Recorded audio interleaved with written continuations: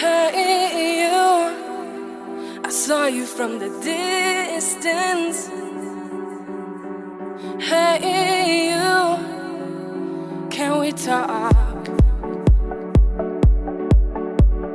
Hey you, I think you're my subsistence. Hey you, or am I wrong?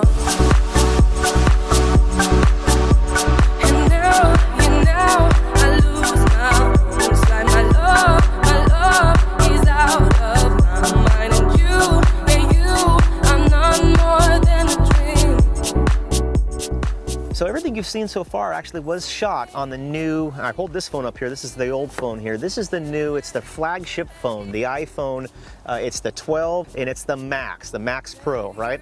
And so we open it up here, we're gonna take this out, activate it, and we're gonna synchronize the two phones. That's why we have the other phone here, to bring everything together. So here we are in Santa Barbara here at the college, the Marine Diving Technology Department. It's just beautiful here. We're gonna have a mixture of weather, and we're also gonna have a little bit of darkness here in a minute.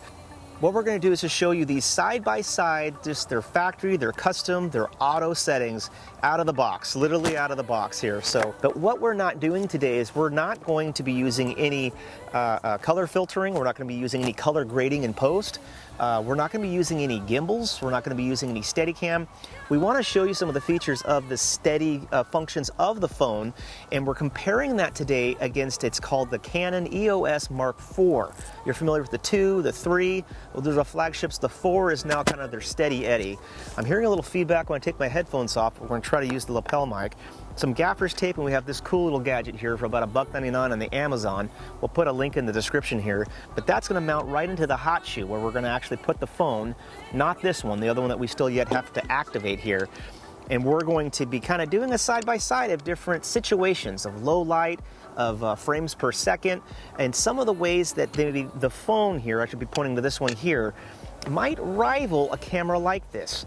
Now, spoiler alert, I'm just not going to think that this review is going to lead anyone to want to take this iPhone over a flagship Canon camera, but it may do is show us a good backup camera, some of the ways it can be competitive, the advancements of the camera. We're looking at 3 lenses that it has on here, as you're aware, 3 lenses. We're actually going to be using a 50mm here on this camera, so we can show you with the middle lens, and I can't remember exactly what the focal length is. We want it to be comparable to give it the best shot of looking at it as a side-by-side comparison.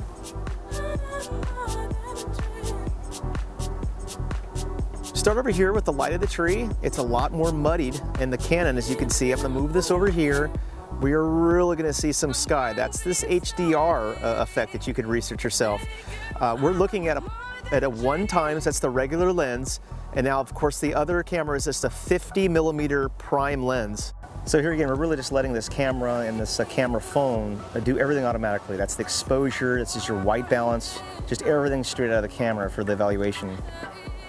Focus on the Canon is taken just a little bit behind the subjects here.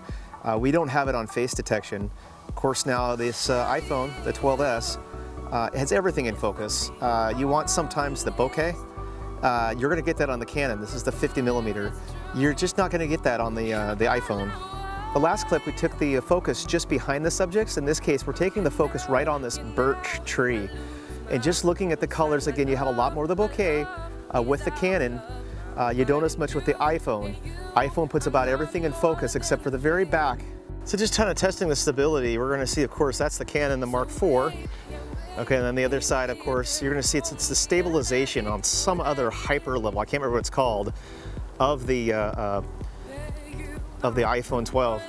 The other thing I wanted to do to kind of give it a better, fair analysis of the bokeh is using the portrait mode. So DSLR, especially full frame DSLRs, like the one we've evaluated, will always be the best choice if you have time to plan, you know, what lenses, auxiliary equipment you might need, have time to evaluate your environmental elements, talking to customers, client.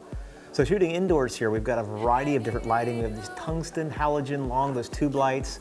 I see those spots in the front, which I think are the halogen lights, but we're looking right now at the cameras. There's the Canon on the bottom here, or side by side. kind of the red looks almost kind of a pinkish. Of course, it's out of focus because we're pulled into about 30. And then just above it, you can see some of the designs. You can see the color loss, I guess, in some of these on the Canon, whereas the iPhone seems to be holding its own. So a tiny bit more about this iPhone 12 compared to the 11. This is a phone that's jumping from 8 to I think it's 10-bit. This is that HDR recording you could research. That's capturing, is it 70 or 700 million colors for much more lifelike video.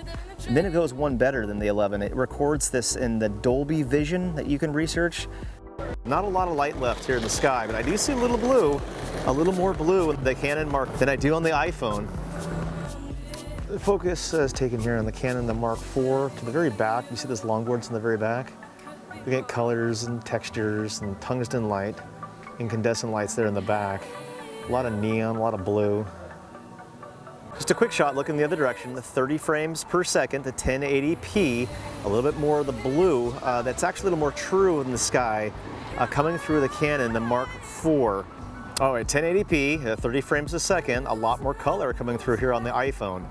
We are at a different focal length, so we're gonna have to pan up a little bit to get the color wheel right there. That's interesting. The blue's in the bottom, the red on the side, orange, kind of white pink on top. All kind of lighting in here, a lot of tungsten lighting. We kind of pan around over here, some bright red and bright orange sweatshirts. Looking at it's out of focus, but just looking at the color differences. So when talking about the run and gunner, portability, accessibility, yeah, it's not just the fact that the iPhone, of course, as you know, it's already in your pocket. The Pro Canon, this is the DSLR camera, it's locked inside your car. It's zipped inside your gear bag. You got to put on a battery. I think that about any smartphone, or especially this phone we're reviewing, this iPhone 12, really cuts down on a lot of the workflow. Here our focus is pulled on the Canon about where that vehicle's just passed by. We're looking at some of the reflections just off of the seawater over here. So a little bit more about the lens that we chose for the review here on the Canon over here to the right. It is the Canon, it's the f1.8. That's the 50mm, we call it our nifty 50 in our gear bag. It is not the f1.25. I find that it's an excellent prime lens for like portraits, action, but then here it's the best that I have for nighttime photography, and in this case videography. Our Canon is focused there on the building there in the background. So a little more again about this 50mm, our prime lens here. This is the f1.8, that's the f-stop.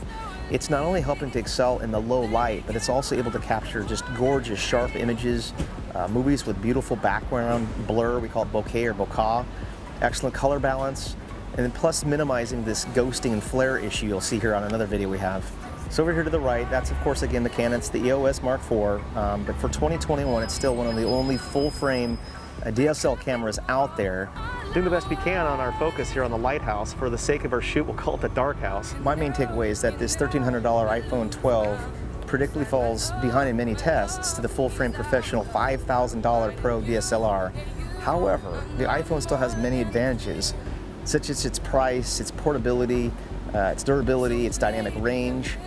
It has a built-in stabilization, dozens of automatic settings for quicker run and gunning. So it's been through others' hard work, research, and their sharing on YouTube that's helped me make educated decisions. We'd really appreciate your subscription, thumbs, and it would be great to hear your thoughts in the comments below.